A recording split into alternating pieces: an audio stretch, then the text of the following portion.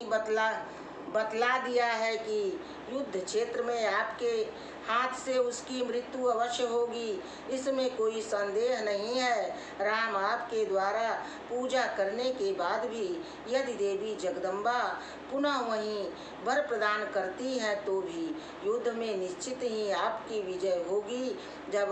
जब वह पापात्मा साक्षात लक्ष्मी स्वरूपणी प्रतिवता सती की छाया मूर्ति को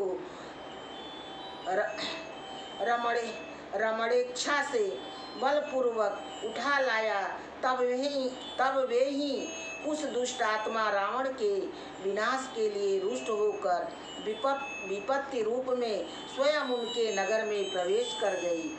जहाँ धार्मिक बुद्धि है वहीं शांति, समृद्धि और क्रांति का निवास है, किंतु जहाँ अधर्म है वहाँ वे शिवा स्वयं विपत्ति के रूप में आ जाती हैं। अहंकार के वशीभूत होकर जो धर्म का उल्लंघन करता है, महामते वे ही भगवती उसके घमंड को चूर कर देती हैं। रघुनंदन भगवती जगदम्बा ने इस विषय में मुझे जो स्वयं बतलाया था, इतिहास सहित उसे मैं अब कहूँगा, आप सुने।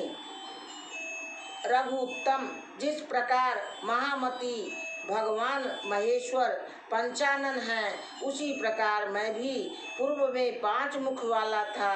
रघुनंदन, तब मैंने पूर्व काल में एक बार अहंकार के वशीभूत होकर क्रोध पूर्वक भगवान शिव से ऐसा कहा, जिसे सुनकर उन भगवान शंकर ने भयानक क्रोध करते हुए देखते ही देखते उसी क्षण मेरा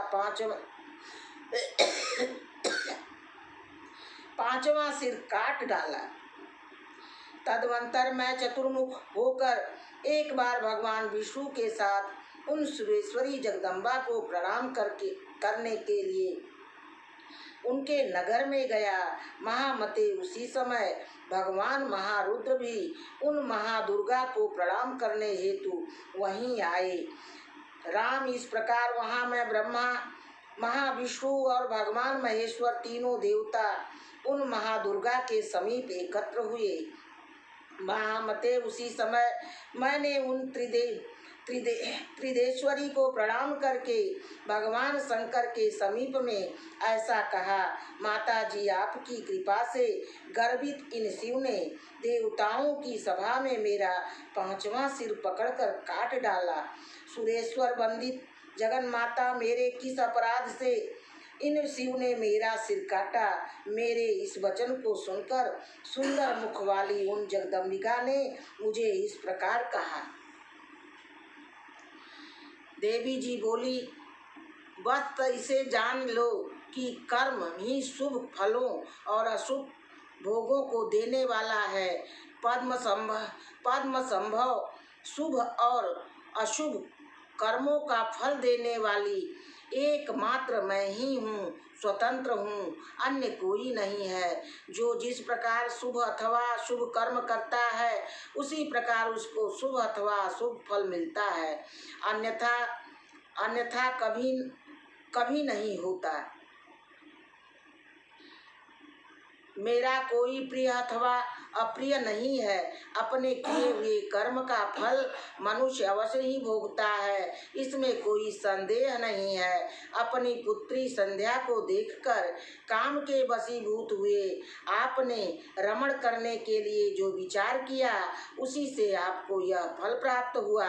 ब्रह्मा भगवान शंकर का क्रोध तथा दूसरी सभी बातें भी केवल निमित्त मात्र है। वस्तुतः निश्चित रूप से यह उस कर्म का ही फल है।